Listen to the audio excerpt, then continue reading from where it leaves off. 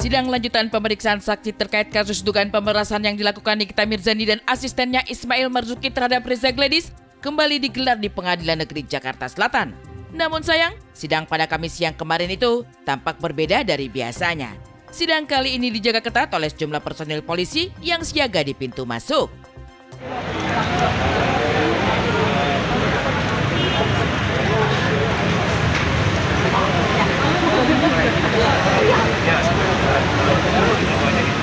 Aneh-aneh. Kemarin pas ada Ambon-Ambon nggak dijagain kayak gini. Kenapa baru sekarang?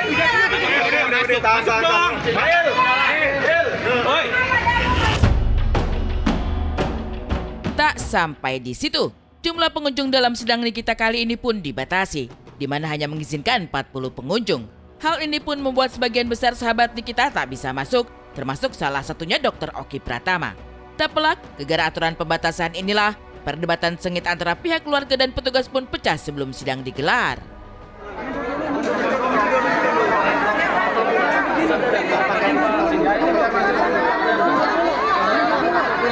Kalau begini kan nggak bisa masuk. Nggak boleh.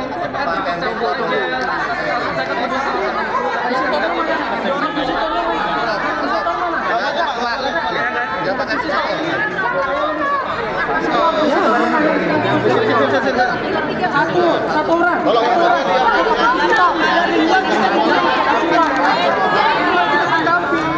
Di dalam jadi sangat kondusif, jadi gampang juga untuk teman-teman lebih leluasa dan disediakan juga TV. Negatifnya mungkin ini karena peraturan baru juga jadi bakalan kaget. Teman-teman juga kayak, kenapa ini tiba-tiba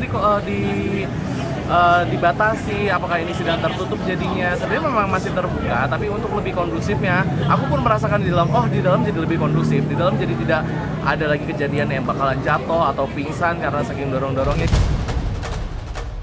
Suasana panas di luar pengadilan tampaknya tak berpengaruh pada kesiapan Nikita Mirzani menghadapi sidang. Ia tetap tampil cantik dengan mengenakan setelan kemeja berwarna biru gelap, celana panjang putih, lengkap dengan kacamata. Hiasan make up Nikita pun tampak glowing dengan bibir merah menyala. Uniknya, senyuman Nikita lebih luas dibandingkan kemarin. Mungkinkah pertanda saksi yang dihadirkan kali ini menguntungkan posisinya?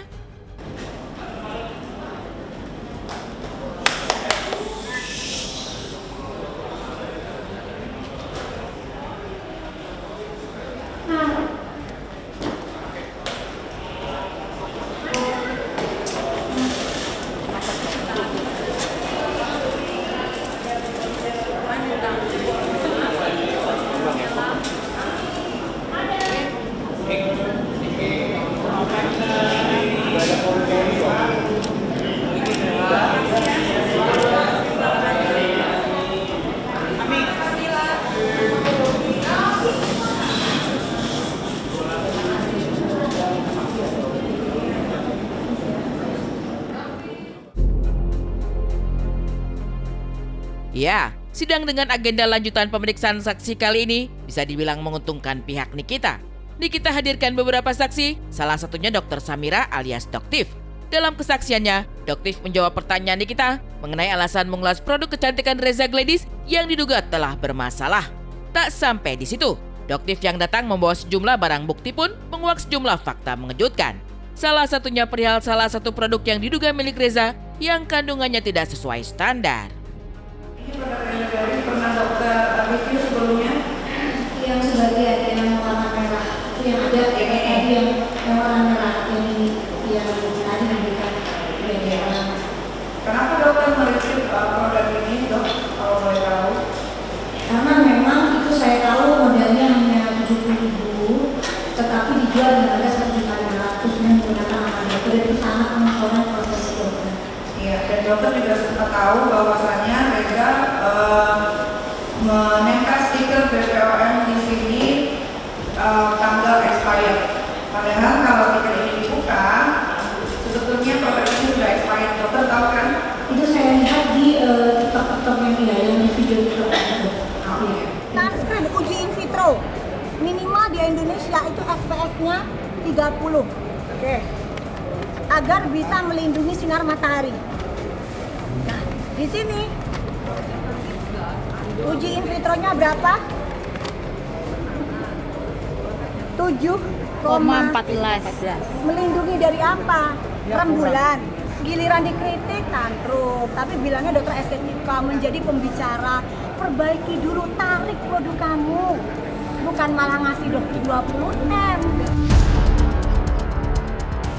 Selain Doktif, sidang yang memakan waktu cukup panjang itu juga turut menghadirkan Bambang Sumanto, tim marketing, tempat Nikita membeli rumah.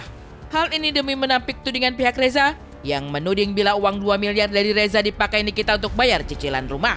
Namun hal itu jelas terbantahkan. Justru sebaliknya, terungkap fakta bahwa rumah lantai 4 di kawasan perumahan elit Tangerang itu dibeli Nikita secara cash.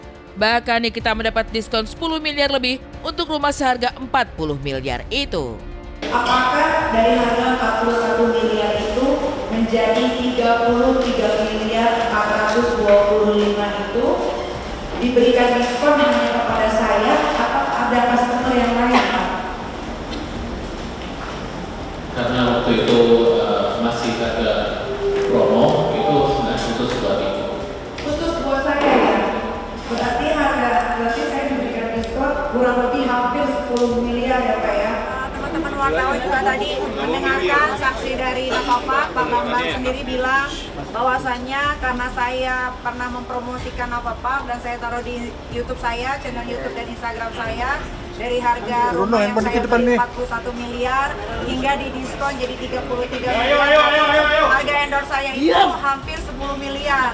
Gitu kan. Nah, ini yang dipermasalahkan adalah uang 4 miliar. Jadi kalau Reza Gladys miskin gak punya uang, nanti 4 miliar saya tambahin 1 miliar ya.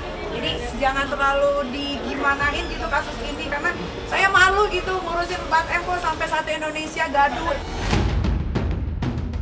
Nikita benar-benar tak habis pikir. Gara-gara uang 4 miliar rupiah, persoalan dengan Reza Gladys bisa hebohkan 1 Indonesia. Padahal uang tersebut masih termasuk uang kecil. Tak sampai di situ, kekecewaan Nikita pun kembali memuncak ketika rekening korannya diobrak-abrik oleh salah satu bank swasta tanpa sepengetahuannya. Di titik inilah, Nikita yang sudah kadung kesal karena merasa dirugikan, langsung mencecar pihak bank di dalam persidangan dengan ekspresi wajah marah. Tapi Anda mencantumkan di sini tanpa Anda mengkonfirmasi ke saya dulu sebagai nasabah prioritas. Saya tidak pernah dapat pemberitahuan dari bank bahwasannya rekening saya diobrak-abrik. Saya kecewa sekali sama karena kebetulan saya juga adalah nasabah prioritas, boleh ditanya sendiri. Saya kecewa banget karena rekening koran saya diobrak-abrik, padahal di situ jelas ada uang pembayaran dari Komik Aid, endorse, dan saya kan juga off air nyanyi seperti yang teman-teman media tahu. Saya suka ada di luar kota untuk nyanyi hanya sekedar 45 menit, pembayaran saya 125 juta gitu kan. Jadi saya kecewa sekali dengan kenapa seperti itu, tapi nanti itu urusannya belakangan. Kalau ini sudah selesai, saya akan somasi. Terlepas dari itu, sejatinya sidang hari ini cukup banyak menguntungkan pihak Nikita Mirzani. Namun jaksa tak mau menyerah begitu saja. Jaksa yang menghadirkan Ati Sumiati, asisten Nikita pun mengulik soal asal-usul uang 350 juta yang pernah diberikan Sheila Saukia kepada Nikita. Namun dengan tegas, Nikita mengklarifikasi kalau uang itu bukanlah hasil permintaan, melainkan pemberian ikhlas Sheila Saukia. 350 juta itu sesuai sama WhatsApp yang dikirim sama Sheila Saukia Ular ini. Dia bilang dia ikhlas, itu ada di WhatsApp kok, dia bilang dia ikhlas gitu. Dan saya tidak pernah meminta uang 350 juta tersebut. Dan suasana sidang yang sempat berjalan tegang dan panas itu pun menguntai haru ketika Nikita menitipkan anak-anaknya pada Ati Sumiati, sang asisten rumah tangga. Nikita tampak menahan air matanya saat menguntai pesan haru itu. Terima kasih ya. Jadi ya, titip anak-anak dan dan mudah-mudahan cepat bebas.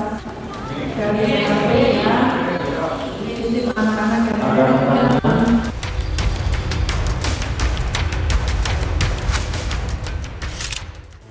Ya, babak lanjutan ya dari kasusnya Nikita Mirzani bersama dengan Reza Gladys. Yes. Dan juga masih sepertinya akan extra time ya, akan manjang karena kalau misalnya kita lihat kan di sini kan memang yang menjadi tersangka sorotan di sini adalah Nikita Mirzani. Tapi di situ Nikita Mirzani membeberkan beberapa bukti yang saya juga kurang begitu paham kenapa di situ ada produk-produk, apakah lagi live jualan keranjang kuning enggak? Bukan Oke, jadi kuning, mungkin itulah yang dibahas bahwa inilah produk-produk yang dikatakan sama Nikita Mirzani yang bahwa kandungannya berbahaya segala macam. Jadi memang apa yang dilontarkan sama Nikita Mirzani yang dari awal dulu sampai sekarang dibuktikanlah gitu. Iya, jadi nggak cuma sekedar asal bunyi aja ya. Dan kemarin juga kita melihat pada saat persidangan itu adalah saksi dari Doktif dan juga Bambang Sumanto adalah seorang marketing dari pihak properti yang kemarin yang dibeli rumahnya oleh Nikita Mirzani gitu. Karena kan ternyata bukan ternyata ya, karena kan kemarin dugaannya adanya uang yang diberikan oleh Reza Gladys langsung menuju ke pihak properti tersebut, bukan melalui Nikita Mirzani. Jadi disitulah karena itulah makanya tercetus ada tindakan itu tadi kan pencucian uang gitu. Besok akan dibuktikan semuanya gitu ya. Dan juga kita mendengar bahwa Nikita Mirzani pun kembali untuk melaporkan Reza Gladys ke KPK terkait adanya dugaan suap menyuap yang dilakukan oleh Reza Gladys.